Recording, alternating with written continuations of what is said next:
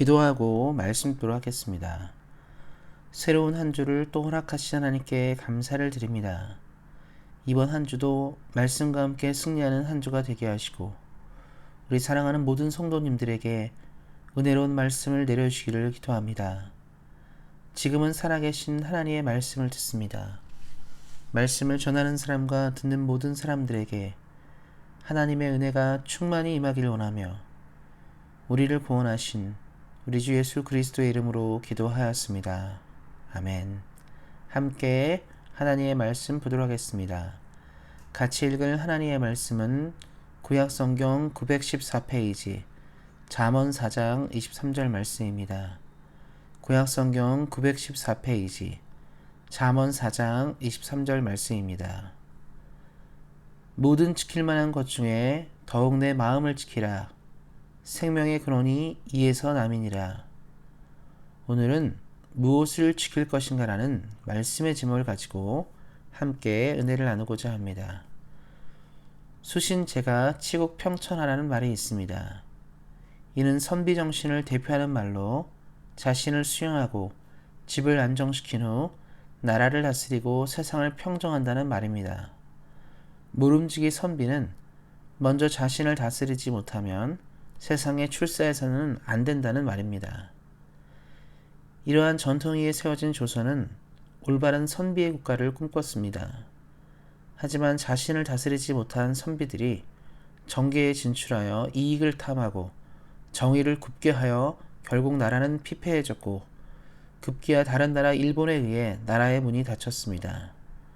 이것은 자신을 돌보지 못한 사람들이 나라를 맡았기 때문에 생겨난 일들이었습니다. 이러한 선비들의 예를 제외하고도 세상에 많은 사람들이 강조하는 것은 바로 초심을 잃지 않는 것입니다. 대개 많은 사람이 첫 마음이 점점 달라지면서 목표와 방향을 잃기도 합니다. 그래서 사람들은 그 초심을 찾기 위해 애쓰기도 합니다. 예를 들면 연기를 하는 사람들의 이야기를 들어오면 처음에는 가난한 연극판에서 연기를 하다가 우연히 방송국이나 영화 감독에게 발탁되면서 꽃길을 걷는 경우들이 있습니다. 유명해지고 자신의 연기가 사람들에게 인정을 받으면서 그들은 가난한 연극판의 시절을 잊는 경우들이 있습니다.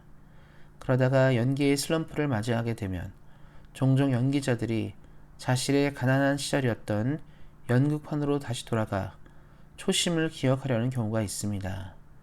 첫 마음을 기억하는 것이 바로 자신이 누구이고 무엇을 해야 하는 사람인지를 알게 하기 때문입니다. 오늘 우리가 읽은 성경은 사람의 이러한 부분을 잘 알기에 인생에서 가장 지켜야 할 것이 있다라면 바로 마음을 지키는 것이라고 이야기하고 있습니다. 여기서 멈추지 않고 마음을 지켜야 하는 가장 중요한 이유는 생명이 거기서 자라고 탄생하는 생명의 근원이 마음에 있기 때문이라고 성경은 얘기하고 있습니다. 마음은 생명의 근원이라고 성경은 이야기합니다. 그렇다면 우리는 왜 마음이 생명의 근원인지를 생각해 볼 필요가 있습니다. 옛말에 마음 먹기에 달렸다는 말이 있습니다. 이는 어떤 마음을 가지냐에 따라 살기도 하고 죽기도 한다는 뜻입니다. 오 헨리의 유명한 단편소설 마지막 잎새를 보면 절망에 빠진 한 소녀가 늘 말하는 것은 나무 잎사귀가 다 떨어지면 자신은 죽을 것이라 하였습니다. 그러나 소녀의 옆집에 살던 노인은 그 이야기를 듣고 단편하게 잎새를 그려놓았습니다. 어느 날 폭풍우가 내려치던 밤에 모든 잎새가 떨어졌지만 떨어지지 않았던 그 한 잎새로 인해 그 한 잎새의 그림으로 인해서 소녀는 용기를 얻고 살아났다는 이야기입니다.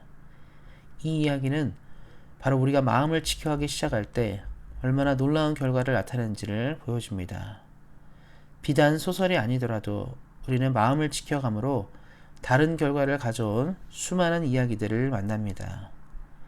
임진왜란 때 이순신 장군이 이끄는 수군은 언제나 일본을 물리치는 대단한 전과를 올렸습니다. 아무리 싸움을 잘해도 늘 이기기는 힘든데 이순신 장군과 조선 수군은 이를 늘 해냈습니다. 이러한 승리의 배경에는 생즉사, 사즉생, 즉 살고자 하면 죽고 죽고자 하면 산다라는 마음가짐이 있었기 때문입니다. 이렇듯 마음을 지키는 것은 사람들의 삶에 큰 변화를 가져오기에 매우 중요합니다.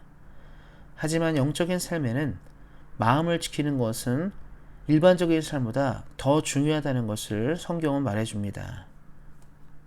초대교회 역사를 보면 수많은 배교자와 수많은 순교자들의 이야기로 가득합니다.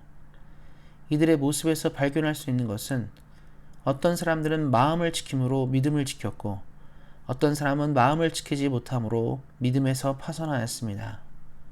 신앙의 굳은 심지를 믿음으로 지켜가느냐 그렇지 못하느냐에 따라서 만나는 결과는 매우 달랐습니다. 성경에 나오는 수많은 순교자들은 마음을 지켜감으로 믿음으로 승리하였고 성경에 나오는 수많은 배교자들의 이야기들은 마음을 지키지 못함으로 세상을 돌아가거나 믿음에서 떨어지게 되었습니다. 우리 사랑하는 온세상교회 성도님들도 이 험난하고 어려운 세대에서 믿음을 지켜감으로 마음을 지켜가시기를 예수님의 이름으로 격려드립니다. 기억하시기 바랍니다. 믿음을 수호하고 마음을 지킨 사람들은 하나님의 나라에서 별과 같이 빛나게 될 것입니다. 또한 마음을 지키는 것은 성화의 중요한 부분입니다. 우리는 날마다 예수님처럼 되기를 원하고 닮기를 원한다는 고백을 합니다. 우리 예수님을 믿는 사람들은 최종 목표가 그리스도의 장성한 분량이기 때문에 그렇습니다. 예수님을 닮기 위해서 날마다 우리는 마음을 지켜가야 합니다. 세상의 유혹으로부터 세상의 염려로부터 우리의 마음을 지켜내지 못한다면 우리는 세상 사람들과 같은 모습으로 살아갈 수밖에 없습니다. 하나님의 백성들이 세상 사람들과 같이 된다면 우리는 맛을 잃은 소금과 같이 역할을 감당할 수 없게 됩니다. 우리 사랑하는 온세상교회 성도님들은 이를 기억하시고 날마다 마음을 지켜가심으로 예수님이 원하시는 삶을 살아가시기를 예수님의 이름으로 축원드립니다. 우리는 모두 하나님의 나라에 이를 때까지 날마다 예수님의 형상을 닮아갈 것입니다. 이렇듯 마음을 지킨다는 것은 무엇보다 더 중요한 일입니다. 돈을 지키고 명예를 지키고 권력을 지키는 것보다 더 중요한 것은 그래서 우리의 마음을 날마다 잘 지켜가는 것입니다. 이를 기억하시고 예수님을 믿는 사람답게 날마다 우리의 마음을 점검하시면서 하나님 나라 백성답게 이 땅을 살아가시기를 예수님의 이름으로 축원드립니다. 기도하겠습니다. 하나님, 오늘 말씀처럼 날마다 우리의 마음을 지켜가는 믿음과 은혜를 허락하시고 이 혼탁하고 어지러운 세상 속에서 주의 나라의 백성답게 살아가는 능력을 우리 모든 성도님들에게 부어주시기를 기도합니다. 우리에게 힘과 능력으로 함께 하시는 하나님을 믿으며 우리 주 예수 그리스도의 이름으로 기도하였습니다. 아멘. 함께 기도하는 시간 갖도록 하겠습니다. 기도하실 때 특별히 이번 한 주도 하나님의 말씀과 은혜 가운데 살아가는 한 주가 되기 원한다고 기도하는 시간 갖도록 하겠습니다. 또 기도하실 때 교회가 하나님의 은혜 가운데 하나님의 능력 가운데 부흥하고 성장하는 우리 온세상교회 될 수 있도록 교회를 위해서 기도해 주시기 바랍니다. 담임 목사 청빙을 위해서 기도하고 있습니다. 주님의 은혜 가운데 귀한 목사님 세워질 수 있도록 이를 위해서 기도해 주시기 바랍니다. 우리 안에 몸이 연약한 지체들이 많이 있습니다. 하나님의 은혜 가운데 연약하고 약한 부분들이 주의 은혜로 회복하고 강건해져서 함께 예배드릴 수 있는 역사 있도록 이를 위해서도 기도해 주시기 바랍니다. 코로나 정국 가운데 있습니다. 대한민국과 캐나다와 또 각국의 많은 정보들이 이 일들을 잘 대처할 수 있도록 기도해 주시기 바랍니다. 하나님의 은혜 가운데 특별히 우리 조국과 우리가 살고 있는 이 땅이 이 시기들을 잘 이겨낼 수 있도록 기도해 주시기 바랍니다. 또한 우리 사랑하는 성도님들의 개인 기도 제목 가지고 자유롭게 기도하는 시간 갖도록 하겠습니다. 오늘 말씀처럼 우리 사랑하는 성도님들의 늘 마음을 지켜감으로 늘 승리하시기를 예수님의 이름으로 다시 한번 축원드립니다. 오늘도 말씀 안에서 은혜 안에서 승리하세요. 주의 사랑으로 사랑합니다.